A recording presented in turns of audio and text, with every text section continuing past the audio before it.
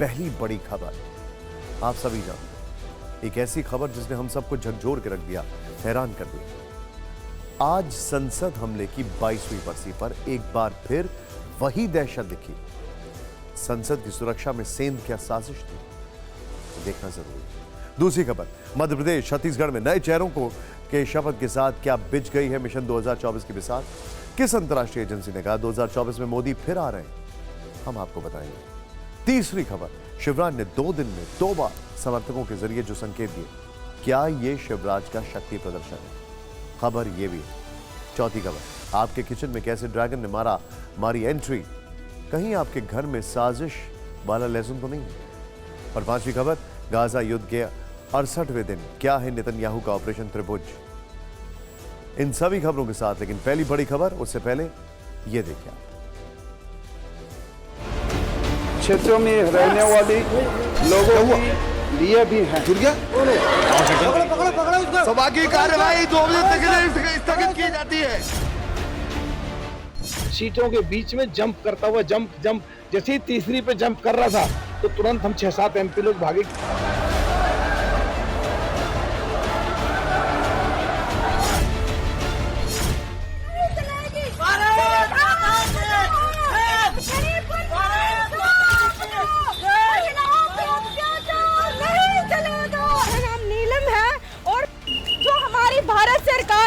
जो हम पे ये अत्याचार हो रहे हैं, हम अपने हकों की जो बात करते हैं, लाठीचार्ज करके हमको अंदर डाला जाता है, टॉर्चर किया जाता है, तो हमारे पास कोई माध्यम नहीं था।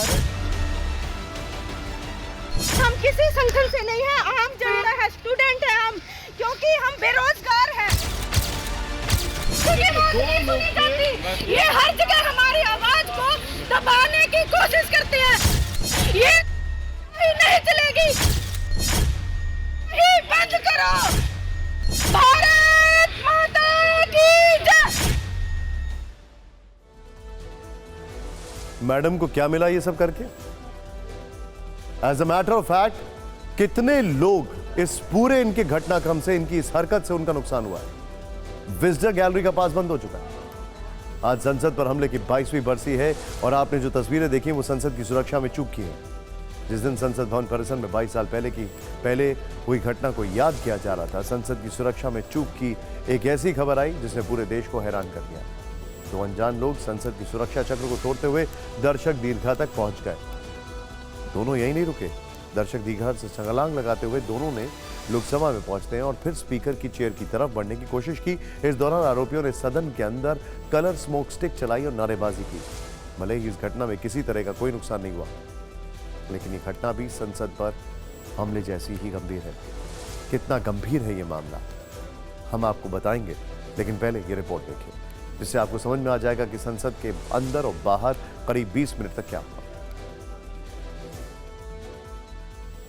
क्षेत्रों में रहने वाले लोगों के लिए भी है।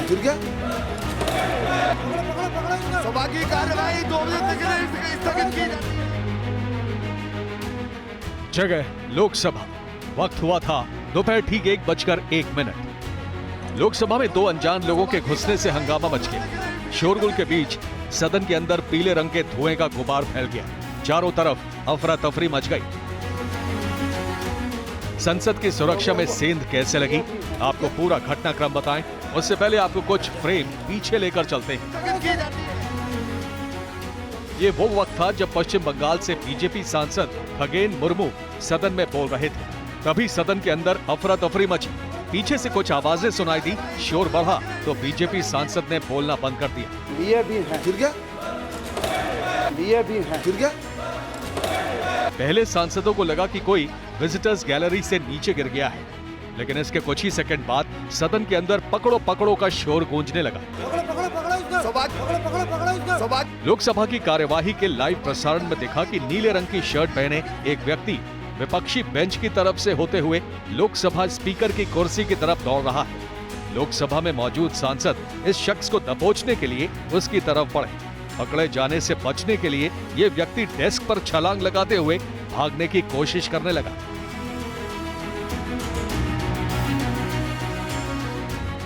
लोकसभा की कार्यवाही स्थगित होने से पहले 9 सेकंड की इन तस्वीरों को देखिए। इस शख्स को 9 सांसदों ने चारों ओर से घेर लिया। इसके बाद सांसदों ने संसद सुरक्षा कर्मचारियों की मदद से इस शख्स को पकड़ लिया। जो आगे चल रहा था, तो लोकसभा अध्यक्ष की चेयर को टारगेट करके उधर की ओर जा रहा, उसको मैंने रोक दिया उसको वहाँ पे। वो बम टाइप था, कुछ स्मोक सा निकल रहा था, ये पीले रंग का बहुत धुआं था, ये बिल्कुल वही लगा है। उसी को मैंने फिर पकड़ के उसको शीन के बाहर तक फेंकने शुरू की। जैसे ही उसे पकड़ा और पकड़ के उसकी पिटाई कर रहे थे, ये नील भी पड़ा हाथ में, तो उस समय गैस और एक धुआं सा होने लगा और पूरी पार्लियामेंट में एक स्मेल और एक बदबू सी होने लगी और उनको फिर सिक्योरिटी वाले आए और ले गए। दर्शक दीर्घा से सदन के अंदर कूदने के तुरंत बाद आरोपियों ने कलर स्मोक स्टिक फोड़ी, जिससे पूरे सदन में पीला धुआं फैल गया। ये वो तस्वीरें हैं जो लोकसभा की कार्यवाही के प्रसारण के दौरान सामने आई। जैसे ही स्पीकर को पूरा मामला समझ में आया, सदन की कार्यवाही स्थगित कर दी गई। सभा की कार्यवाही 2 बजे तक स्थगित की जाती है। और इसी के साथ लोकसभा की कार्यवाही का प्रसारण कर रहे कैमरे भी बंद हो गए। जिस वक्त कैमरे बंद थे, सदन के अंदर क्या हो रहा था, दर्शक दीर्घा में मौजूद विजिटर्स की जुबानी सुनिए। वो एकदम ही सडनली हमें आवाज आई कुछ नीचे गिरने के लिए, तो जैसे जब नीचे गिरे तो देखा कि कोई बंदा कोई टूट गया। हमने सोचा शायद कोई गिर गया है वैसे, लेकिन वो नीचे गिरा और फिर वो सडनली भागने भी लगा, जैसे स्पीकर एमपीज की तरफ भागने लगा स्पीकर की तरफ। और जैसे ही उसको पकड़ा तो उसके पीछे एक दूसरा भी आदमी था, वो एकदम से बालकनी से कूदा। सदन के अंदर का एक मोबाइल वीडियो आपको दिखाते हैं। सांसदों ने संसद की सुरक्षा में सेंध लगाने वाले शख्स की जमकर पिटाई की। संसद की सुरक्षा में सेंध 2 लोगों ने लगाई। इनमें एक सागर शर्मा है तो दूसरा शख्स मनोरंजन गौड़ा है। सागर शर्मा लखनऊ का रहने वाला है, जबकि मनोरंजन कर्नाटक के बेंगलुरु का है। एक बड़ी ही इंटरेस्टिंग बात है, ये 4, 5, 6 लोग अलग अलग जगह के हैं, अलग अलग काम करते हैं। कैसे ये कनेक्ट होते हैं, रीग्रुप होते हैं और उसके बाद एक बहुत खतरनाक चीज को एग्जीक्यूट करते हैं। और सबसे बड़ी बात, इनकी इस प्लानिंग के बारे में किसी को कुछ नहीं पता लगता है। और अगर ऐसा ही कोई प्लान कर रहा है तो क्या ये इंटेलिजेंस फेलियर है, या इंटेलिजेंस की रेंज यहां तक भी जा सकती है, या लास्ट लेयर तक फेलियर दिखाई दे रहा है सिक्योरिटी में।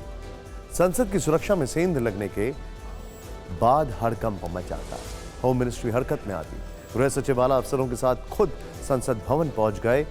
दिल्ली पुलिस कमिश्नर और सीआरपीएफ के जो डीजी हैं वो भी संसद भवन पहुंचे।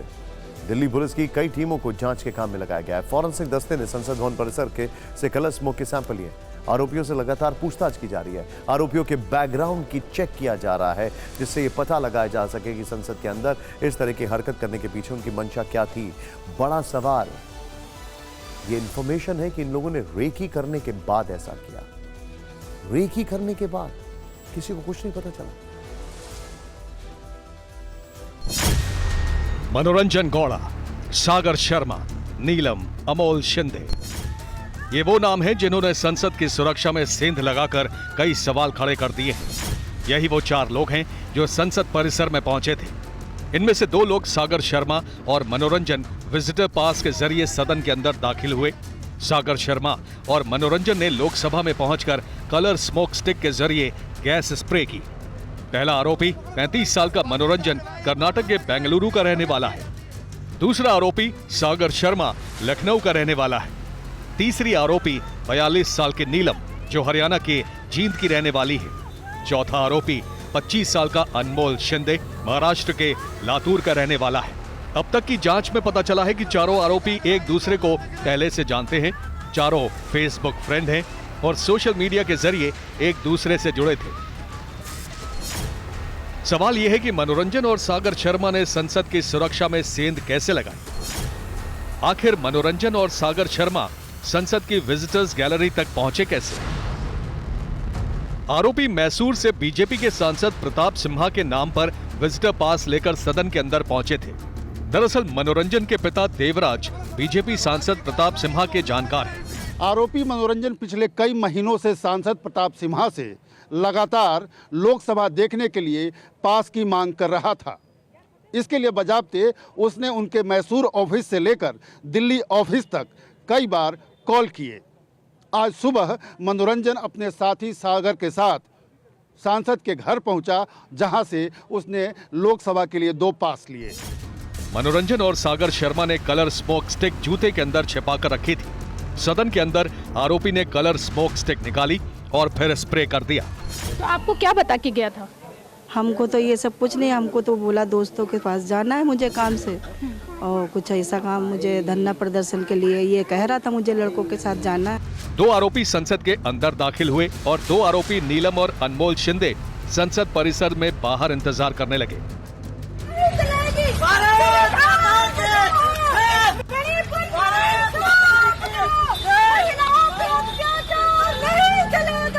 हमें तो पता भी नहीं था कि वो दिल्ली गई है। हमें तो यही पता था कि हमने तो वो हिसार में छोड़ रखी है स्टडी के लिए। पुलिस चारों आरोपियों से पूछताछ कर रही है। पुलिस जानना चाहती है कि आरोपी संसद में क्यों घुसे, आरोपी अपने साथ कलर स्मोक स्टिक लेकर क्यों गए, ऐसा करने के पीछे आरोपियों का मकसद क्या था, क्या आरोपी किसी को निशाना बनाना चाहते थे। सवाल यह भी है कि आरोपियों ने 13 दिसंबर का दिन ही क्यों चुना। अब तक की पूछताछ में ये जानकारी भी सामने आई है कि आरोपी गुरुग्राम के सेक्टर 7 की हाउसिंग बोर्ड कॉलोनी में रुके थे। इस मामले में दिल्ली पुलिस ने विकी शर्मा और उसकी पत्नी को पकड़ा है। चारों आरोपी विकी शर्मा के दोस्त हैं। विकी शर्मा हरियाणा के हिसार का रहने वाला है। इस सब के बीच में आपको बड़ी खबर बता दें, पूरे देश को चौंकाने वाली इस घटना में अब तक 7 लोगों के शामिल होने की जानकारी मिली है। पहले 4 लोगों के संसद भवन में दाखिल होने की जानकारी सामने आई। आरोपियों से पूछताछ के बाद पता चला कि संसद भवन परिसर में 5 लोग पहुंचे थे। इनमें से 2 लोग सदन के अंदर घुसे और 3 लोग संसद भवन परिसर में रुक गए। जिस वक्त संसद भवन परिसर में नीलम और अमोल शिंदे नाम के आरोपी स्मोक स्टिक चला रहे थे, उस वक्त 5वां आरोपी ललित झा उनका वीडियो बना रहा था। पुलिस ने मौके से नीलम और अमोल को पकड़ लिया, लेकिन ललित झा फरार होने में कामयाब रहा।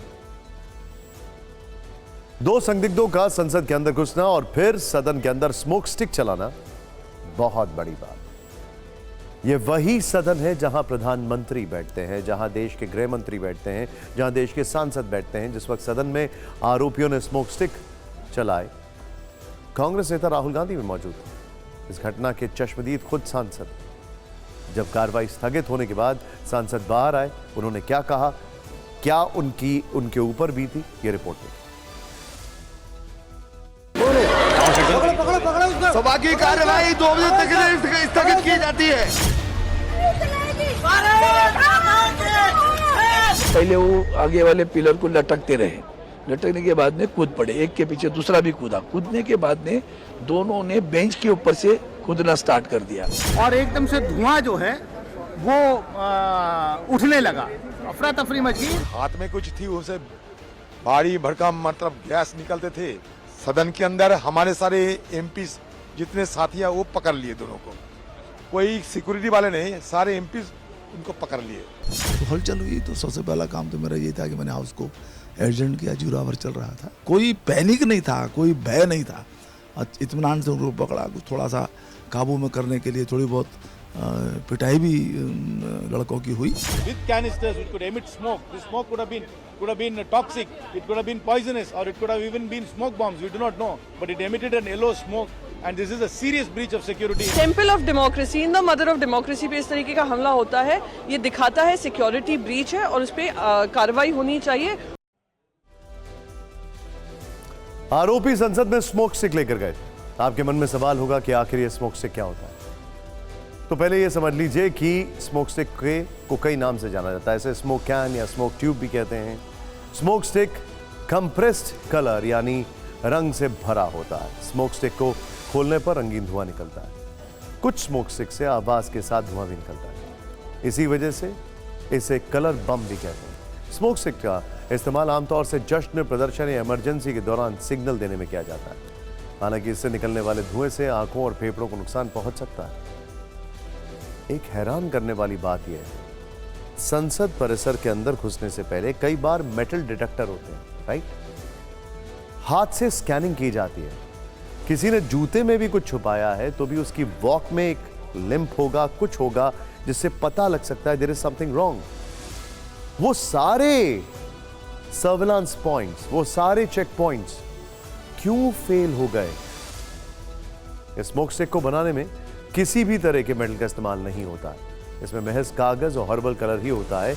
जिस स्मोक स्टिक को संसद के अंदर और बाहर दागा गया, वो कैसी दिखती है? TV9 संवाददाता मनीष झा के हाथ में वो स्मोक स्टिक जो कि यूज की गई वो आई, और फिर देखिए उनकी ये रिपोर्ट।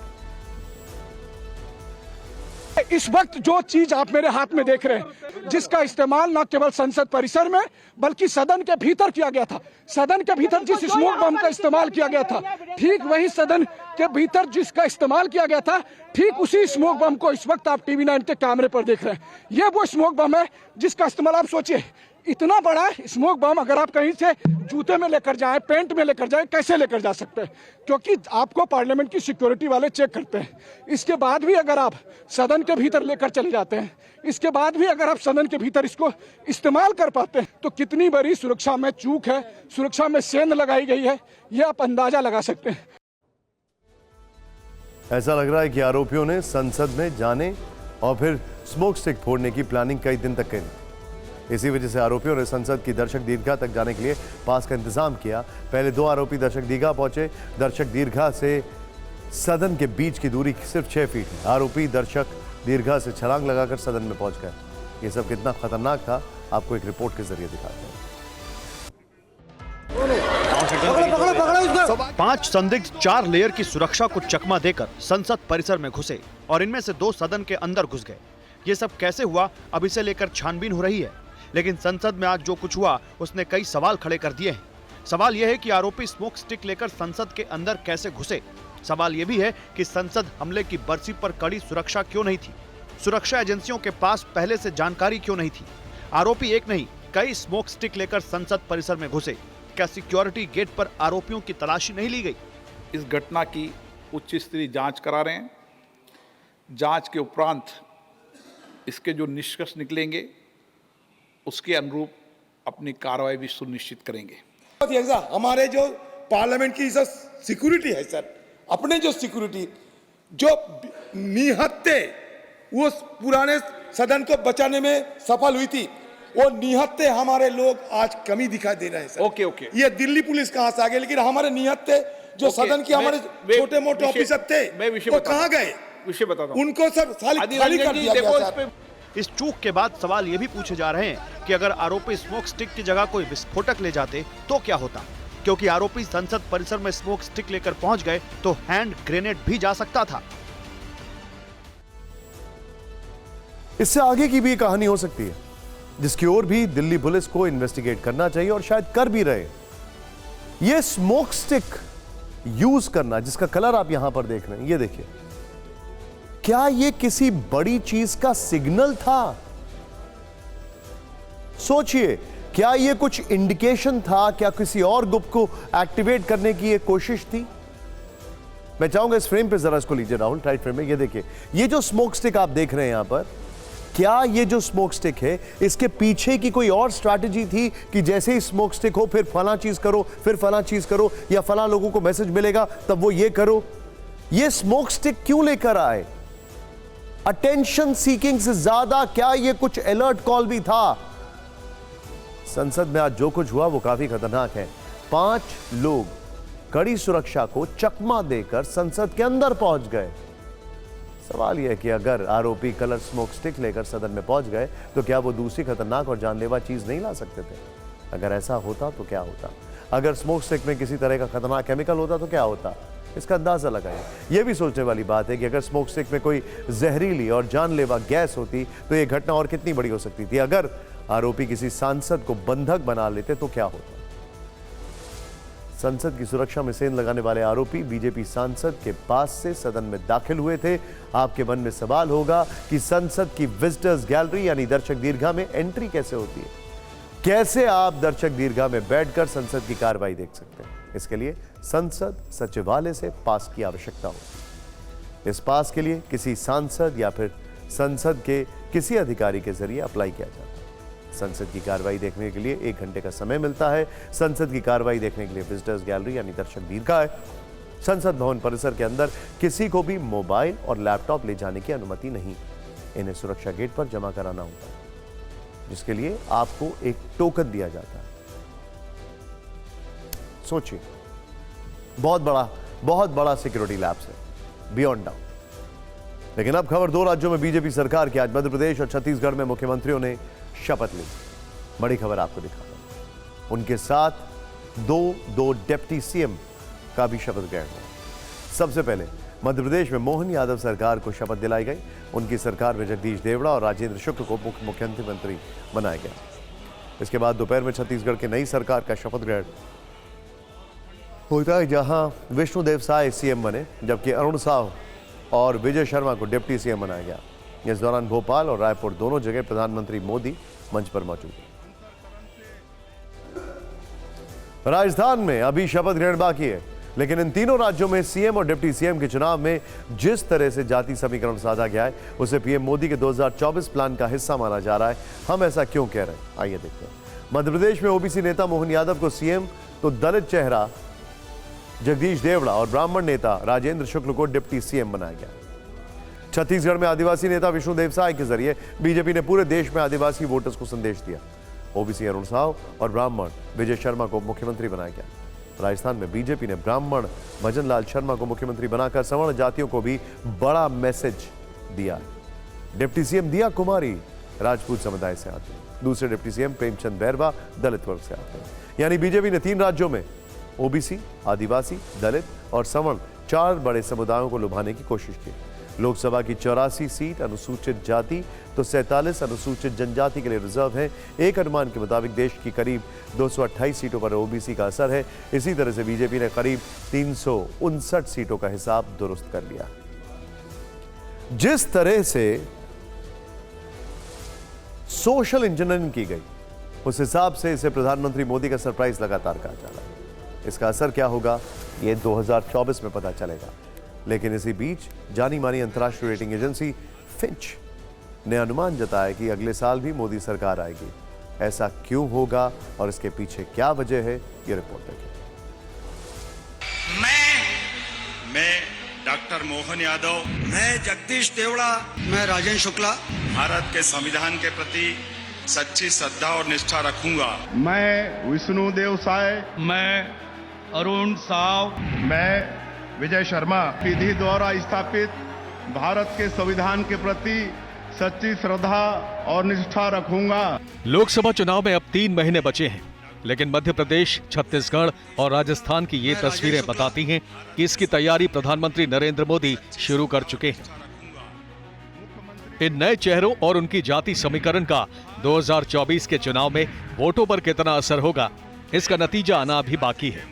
हालांकि 3 राज्यों में मिली इसी जीत को 2024 में मोदी सरकार की हैट्रिक की बुनियाद माना जा रहा है। अंतर्राष्ट्रीय रेटिंग एजेंसी फिच ने इसी रिजल्ट के आधार पर कल जो कहा, उसमें 2024 में बनने वाली सरकार की तस्वीर दिखी। फिच के मुताबिक हम ये मानते हैं कि अप्रैल-मई में होने वाले आम चुनाव में मौजूदा सरकार भारत की सत्ता में फिर वापसी करेगी। व्यापक नीति जारी रहने की संभावना है। ये कयास फिच ने कल लगाया है। हाल ही में 5 राज्यों के चुनाव नतीजे आए, जिनमें 3 बड़े राज्य मध्य प्रदेश, राजस्थान और छत्तीसगढ़ में बीजेपी ने बहुमत हासिल किया। इसी वजह से घरेलू मार्केट में उछाल भी देखा गया। इसके पीछे उम्मीद यह है कि अगले साल मोदी सरकार केंद्र में जीत की हैट्रिक लगा सकती है। हाल ही में फिच की तरह रेटिंग एजेंसी नोमूरा ने भी यही अनुमान जताया। चुनावी नतीजों के आधार पर नोमूरा ने बताया, बीजेपी और पीएम नरेंद्र मोदी के लिए अपार समर्थन है। आम चुनाव से पहले अब तक कराए गए ओपिनियन पोल में यह दिख रहा है कि बीजेपी क्लीन स्वीप करेगी। हालांकि विधानसभा चुनावों के नतीजों का असर लोकसभा चुनाव पर कितना पड़ेगा, यह अगले साल ही पता चलेगा। एक तरफ जहां 2024 में प्रधानमंत्री मोदी की तीसरी बार वापसी का अनुमान है, तो वहीं दूसरी तरफ इंडिया गठबंधन में तकरार कम होती नहीं दिख रही है। बिहार के सीएम नीतीश कुमार आज एक कार्यक्रम के सिलसिले में शिवहर पहुंचे। इसी दौरान वहां मौजूद लोग प्रधानमंत्री पद के लिए नीतीश कुमार के समर्थन में नारे लगाने लगे। हालांकि नीतीश ने कुछ नहीं कहा और सबका अभिवादन करते हुए आगे निकल गए।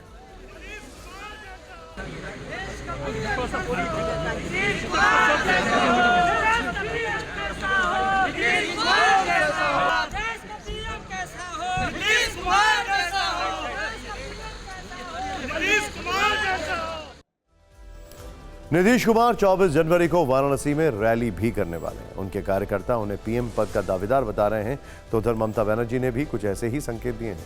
ममता का कहना है कि देश का नेतृत्व तो बंगाल करेगा, यानी एक तरह से उन्होंने भी खुद को प्रधानमंत्री की रेस में बता दिया है। हम इंडिया को लीड करेंगे, हमारा बंगाल से सब देश को लीड करेंगे और सबको हम मर्यादा देंगे, सबको लिए काम करेंगे। ममता का यह बयान ऐसे समय में आया है जब 19 दिसंबर को विपक्षी गठबंधन इंडिया की दिल्ली में बैठक होने वाली है। मध्य प्रदेश और छत्तीसगढ़ में दोनों नए चेहरों के मुख्यमंत्री पद की शपथ लेने के साथ ही मोदी सरकार ने मिशन 2024 की बिसात बिछा दी है। हालांकि मध्य प्रदेश के एक पुराने चेहरे ने आज फिर जमकर सुर्खियां बटोरी हैं। यह चेहरा मध्य प्रदेश के पूर्व मुख्यमंत्री शिवराज सिंह चौहान का है। मध्य प्रदेश को भले ही नया सीएम मिल चुका हो, लेकिन शिवराज से जनता का कनेक्ट कम नहीं हो रहा है। आज जब शिवराज शपथ ग्रहण समारोह के बाद कार्यक्रम स्थल से लौट रहे थे, तो समर्थकों की भीड़ ने उनके काफिले को घेर लिया। शिवराज अपनी गाड़ी से उतरकर समर्थकों के बीच पहुंचे और हाथ मिलाकर अभिवादन किया। इस दौरान मामा मामा और मामा जिंदाबाद के नारे सुनाई दिए। कुछ लोग इसे समर्थकों के जरिए शिवराज का शक्ति प्रदर्शन बता रहे हैं।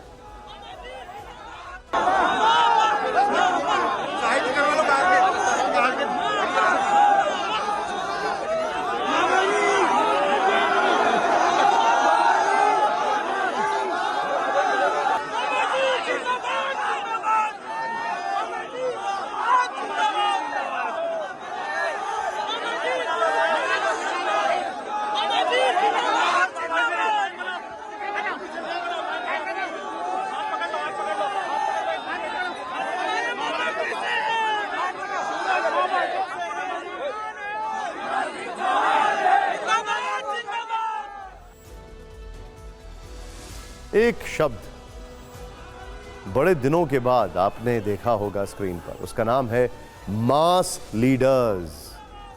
मास लीडर्स शिवराज समर्थकों के बीच घिर गए। ये तस्वीर आपके सामने है। और एक दिन पहले की तस्वीर और, जब लाडली बहनें शिवराज को सीएम न बनाए जाने से नाराज दिखे, उन्होंने गले लगाकर फूट फूट कर रोने लगे। इन दोनों तस्वीरों में बड़े सियासी संकेत हैं। शिवराज के समर्थकों की नाराजगी कहीं ना कहीं खुद उनके मन के अंदर की पीड़ा को जाहिर कर रही है। आज डॉक्टर मोहन यादव के शपथ ग्रहण समारोह से पहले शिवराज सिंह चौहान ने अपने असंतोष को बयां भी कर दिया। इसके लिए उन्होंने संत कबीर की पंक्तियों का सहारा लिया। पत्रकारों के बीच हाथ जोड़ते हुए उन्होंने जो कहा, उसमें कहीं ना कहीं उन्हें सीएम न बनाए जाने का दर्द भी था। और मित्रों, अब विदा जस की तस रख दीनी चदरिया। और मित्रों, अब विदा जस की तस रख दीनी चदरिया। और मित्रों, अब विदा जस की तस रख दीनी चदरिया।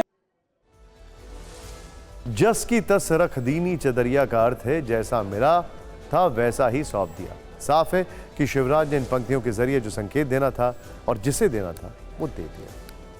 और अगली खबर आपकी सेहत और बटुए से जुड़ी हुई है, क्योंकि आपकी सेहत और कमाई दोनों पर चीनी लहसुन डाका डाल रहा है। लिहाजा इस खबर की शुरुआत कुछ सवालों से करते हैं।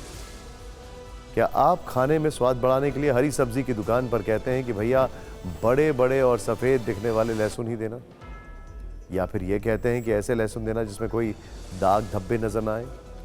अगर ऐसा करते हैं तो आज आपको ये खबर बहुत गौर से देखनी चाहिए, क्योंकि ऐसा लहसुन खरीदने वालों के लिए एक बहुत चौंकाने वाली रिपोर्ट सामने आई है। आप बाजार में जो बड़े और सफ़ेद लहसुन खरीदते हैं वो चीन से आयात किए गए हैं, और ये चाइनीज़ लहसुन आपकी सेहत ही नहीं, सेहत के साथ ही दुनिया के लिए भी खतरा है। सोचिए जरा, ये रिपोर्ट देखिए। ये है चीनी लहसुन। दिखने में सफेद सफेद और बेहद खूबसूरत। ना सिर्फ इसका रंग सफेद है, बल्कि साइज भी नॉर्मल से काफी ज्यादा है। इन्हें छीलना बेहद आसान है, लेकिन अगर आपको यह पता चलेगा कि इन लहसुनों की खेती कैसे की जाती है तो आपको यकीन नहीं होगा। आप यकीन नहीं करेंगे कि इन्हें सीवेज से सींचा जाता है, यानी इसकी खेती नाली के पानी से होती है, ताकि इसे लेड, आर्सेनिक, मरकरी और दूसरे मेटल के जरिए जल्दी तैयार किया जा सके। यही नहीं, इन्हें क्लोरीन से ब्लीच किया जाता है ताकि ये सफेद दिख सके। ब्लीच के लिए मिथाइल ब्रोमाइड केमिकल का भी इस्तेमाल किया जाता है। यह दावा अमेरिका के रिपब्लिकन सीनेटर रिक स्कॉट ने किया है। रिक स्कॉट ने इस बारे में अमेरिका के कॉमर्स मिनिस्टर को एक चिट्ठी भी लिखी है। रिक का दावा है कि चीन के लहसुन का इस्तेमाल सेहत के लिए सुरक्षित नहीं है, क्योंकि इसके उत्पादन की प्रक्रिया साफ सुथरी नहीं है। यह रिक स्कॉट के दावे का एक हिस्सा है। अगला हिस्सा और भी खतरनाक है। अब हम आपको बताते हैं कि कैसे चीनी लहसुन आपको बीमार कर रहा है। चीनी लहसुन में हैवी मेटल के कारण बोन कैंसर या फिर दूसरे प्रकार के कैंसर हो सकते हैं। संक्रामक और गैर संक्रामक बीमारियां हो सकती हैं, जबकि मिथाइल क्रोमाइड के कारण सांस की तकलीफ या फिर नर्वस सिस्टम में समस्या आ सकती है।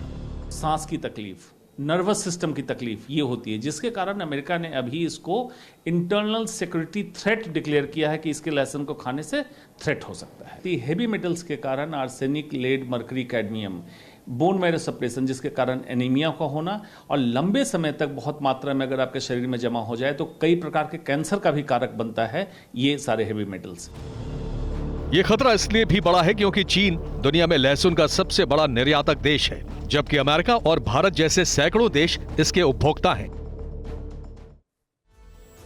रिपोर्ट से साफ है कि चीनी लहसुन सेहत के लिए बड़ा खतरा है, लेकिन सवाल यह है कि अब आप बाजार में देसी और चीनी लहसुन में फर्क कैसे कर पाएंगे। चीनी और देसी लहसुन में सबसे बड़ा फर्क रंग का होता है। चीनी लहसुन बिल्कुल सफेद दिखता है, जबकि देसी लहसुन जो होता है वो हल्का पीला होता है। साइज में भी चीनी लहसुन बड़ा, जबकि छोटा लहसुन जो देसी लहसुन होता है वो थोड़ा छोटा होता है।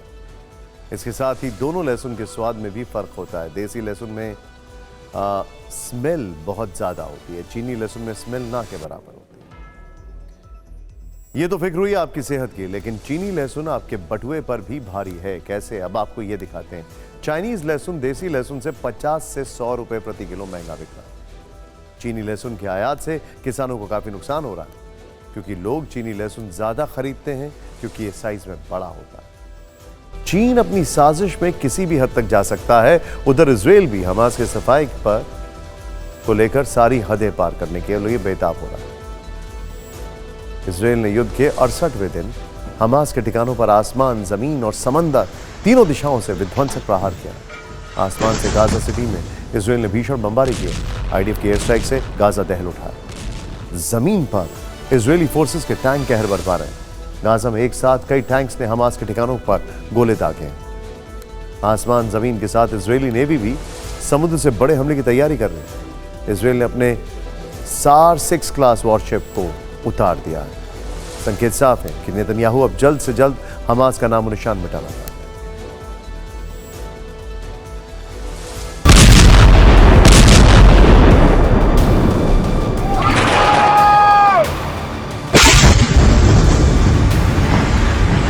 गाजा युद्ध की लपटें थमने के बजाय और विध्वंसक हो रही है। इजराइल के हमले कम होने के बजाय और घातक हो रहे हैं। इजराइल ने गाजा के इलाके में भीषण मिसाइल अटैक किया। रिहायशी बिल्डिंग को टारगेट कर मिसाइल दागी गई। कैमरे पर पूरी बिल्डिंग मिसाइल अटैक में जमींदोज होती दिखाई दी। इजराइल ने ग्राउंड ऑपरेशन में नुकसान उठाने के बाद एक बार फिर एयर स्ट्राइक तेज कर दी है। बेथ हैनन इलाके में भी इजरायली एयरफोर्स ने विध्वंसक हमला किया है। यहां स्कूल की बिल्डिंग को बर्बाद कर दिया गया। धमाके के बाद ही बिल्डिंग धराशायी हो गई और आसमान में धुएं का गुबार उठने लगा। ये स्कूल संयुक्त राष्ट्र के रिलीफ फंड से चल रहा था। आईडीएफ ने दावा किया कि बिल्डिंग के अंदर हमास के लड़ाके छिपे हैं। दावे के बाद बिल्डिंग को नेस्तनाबूद कर दिया गया। इजरायली डिफेंस फोर्सेस गाजा में प्रचंड प्रहार कर रही हैं। पूरी गाजा सिटी भयंकर बमबारी से दहल रही है। इजरायली वायुसेना ने कई रिहायशी इलाकों को टारगेट कर जबरदस्त बमबारी की है। इजरायल ने हमास के साथ युद्ध के 68वें दिन 24 घंटे में 250 टारगेट तबाह किए हैं। उत्तर से लेकर दक्षिणी गाजा तक एयर स्ट्राइक और ग्राउंड ऑपरेशन में ये टारगेट तबाह किए गए हैं। आसमान से मिसाइल और एयर स्ट्राइक हो रही है तो जमीन पर ग्राउंड फोर्सेस हमास लड़ाकों के छक्के छुड़ा रही है। इजरायली टैंकों ने गाजा में हमास के कई ठिकानों पर गोले दागे हैं। टैंकों की बमबारी में कई इमारतें ध्वस्त हुई हैं। हमास के कई ठिकाने उड़ाने का दावा किया गया है। ग्राउंड ऑपरेशन के दौरान टैंक और आर्टिलरी ब्रिगेड आगे बढ़ रही है। साथ साथ इजरायली जवान भी इलाके में सर्च ऑपरेशन चला रहे हैं। एक इमारत के अंदर सर्च ऑपरेशन के दौरान इजरायली जवानों और हमास लड़ाकों के बीच आमने सामने की फायरिंग हुई है। हमास के साथ जारी सीधी जंग का हैरान करने वाला वीडियो सामने आया है। यहां इजरायली सैनिक ने 2 हमास लड़ाकों को मार गिराया है।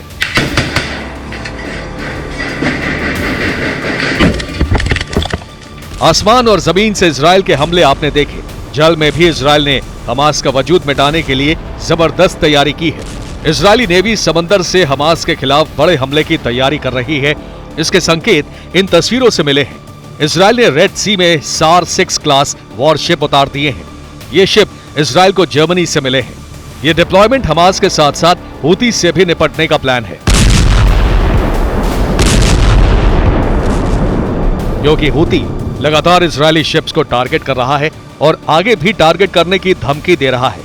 ऐसे में इस तैनाती से इजरायल एक तीर से 2 निशाने साधने की तैयारी कर रहा है।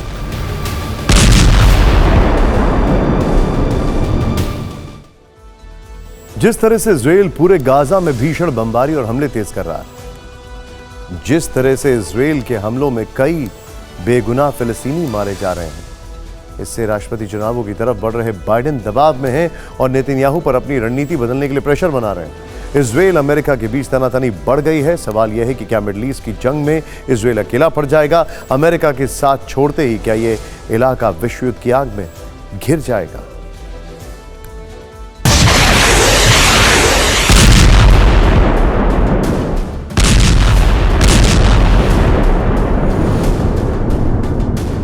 गाजा के जंगी मैदान में इजरायली हमलों की रफ्तार बढ़ रही है।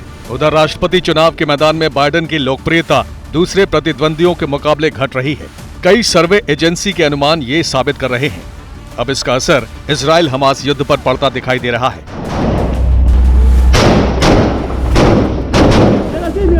इसका संकेत अमेरिकी राष्ट्रपति बाइडेन के बयान से मिला है, जिसमें नेतन्याहू के साथ उनके रिश्तों में दरार की खबरें सामने आ रही हैं। इजरायल हमास के बीच 68 दिनों से जारी युद्ध में अकेले गाजा में अब तक 18,000 से ज्यादा लोगों की जान जा चुकी है। इतनी मौतों के बावजूद इजरायली डिफेंस फोर्सेस के हमले कम होने के बजाय बढ़ रहे हैं। युद्ध का दायरा भी बढ़ चुका है और अब ये सिर्फ उत्तरी गाजा तक सीमित नहीं रहा, बल्कि दक्षिणी गाजा समेत पूरा गाजा अब बारूद के ढेर पर बैठा है। शायद यही वजह है कि बाइडेन को नेतन्याहू के खिलाफ तल्खी भरा बयान देने को मजबूर होना पड़ा है। बाइडेन ने नेतन्याहू को नसीहत देते हुए कहा है कि गाजा के खिलाफ भारी बमबारी के कारण इजरायल समर्थन खो रहा है। इजरायली प्रधानमंत्री को अब अपनी रणनीति में बदलाव करना चाहिए। बाइडेन का यह बयान नेतन्याहू के खिलाफ अब तक दिए गए बयानों में सबसे ज्यादा तल्ख है।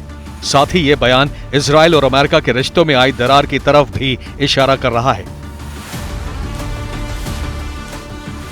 अमेरिकी राष्ट्रपति बाइडेन मंगलवार को एक कार्यक्रम में शामिल हुए थे, जिसमें चुनाव के दौरान उन्हें फंड करने वाले लोग शामिल थे। कार्यक्रम में कई यहूदी भी शामिल थे। इस दौरान उन्होंने कहा कि इजरायल की सुरक्षा अमेरिका पर निर्भर है। इजरायल के साथ अभी अमेरिका है, इजरायल के साथ यूरोपीय संघ है, इजरायल के साथ अभी यूरोप है, इजरायल के साथ अधिकांश देश हैं, लेकिन अब इजरायल अंधाधुंध बमबारी के कारण सभी का समर्थन खो रहा है। बाइडेन के इस बयान के बावजूद नेतन्याहू के तेवर आक्रामक हैं। नेतन्याहू ने बाइडेन की नसीहत को नकारते हुए कहा है कि हमें मालूम है हमें क्या करना है। गौर करने वाली बात यह भी है कि इससे पहले भी जब अमेरिका ने इजरायल की रणनीति के खिलाफ बयान दिया था, तब भी नेतन्याहू ने अपने अंदाज में नरमी नहीं दिखाई थी, बल्कि उस वक्त भी दोनों देशों के रिश्तों में ठन गई थी। अब एक बार फिर दरार बढ़ती दिखाई दे रही है। हालांकि ये क्या सिर्फ दिखावा है या फिर पर्दे के पीछे कुछ और ही गेम चल रहा है, इसके बारे में कुछ कहा नहीं जा सकता। लेकिन इतना तय है कि अगर अमेरिका ने इजरायल की मदद से हाथ छुड़ा लिया तो इजरायल अकेला पड़ जाएगा। ऐसे में ईरान को बदला लेने का मौका मिलेगा और मिडिल ईस्ट विश्व युद्ध की आग में जल उठेगा।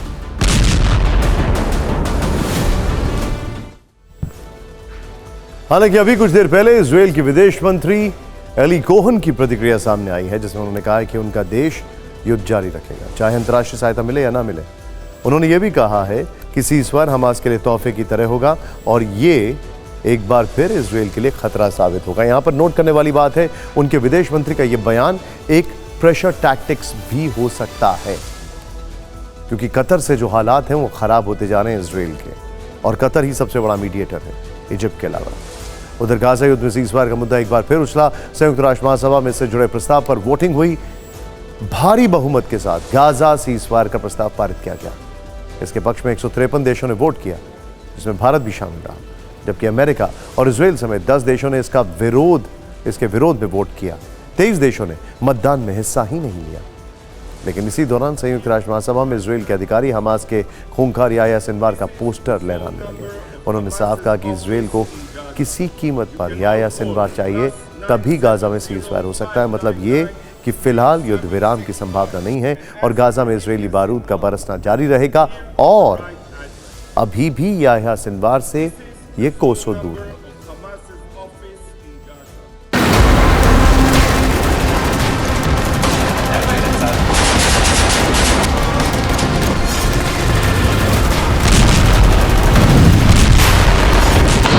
संयुक्त राष्ट्र महासभा में इजराइल हमास जंग के बीच तत्काल सीज़फायर लागू करने का प्रस्ताव भले ही पास हो गया, लेकिन इजराइल ने हथियार नहीं डाले।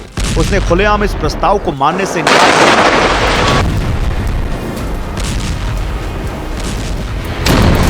इजराइल की ओर से कहा गया कि जब तक हमास सरेंडर नहीं कर देता तब तक युद्ध जारी रहेगा।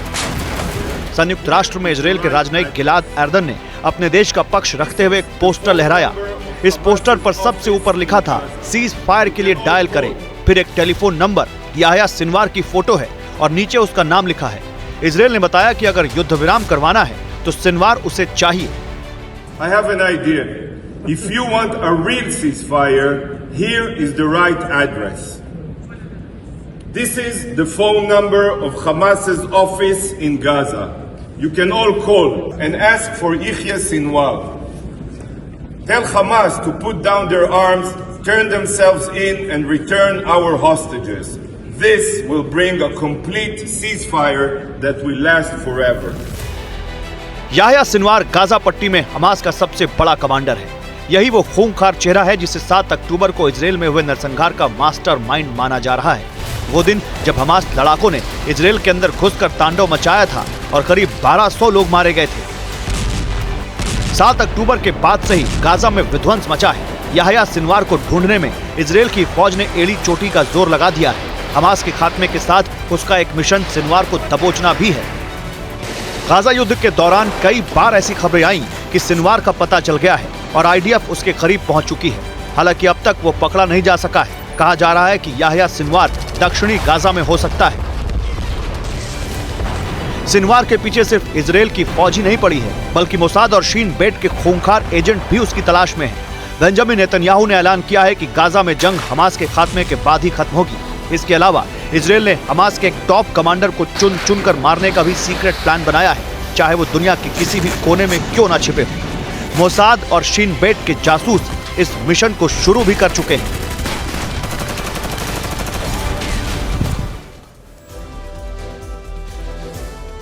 सिनवार की तलाश जारी है, लेकिन इस बीच हमास के लड़ाके क्या कर रहे हैं ये जानकर आप हैरान हो जाएंगे। 68 दिनों की जंग में जो कभी नहीं हुआ हमास के लड़ाके वो कर रहे हैं। अब वो राहत सामग्री को लूट रहे हैं, ट्रकों पर कब्जा कर रहे हैं, बंदूक की नोक पर ट्रक लूट के लेकर जा रहे हैं, और ऐसा करने से रोकने वाले अपने ही लोगों पर गोलियां चला रहे हैं। यकीन ना हो तो हमारी अगली रिपोर्ट में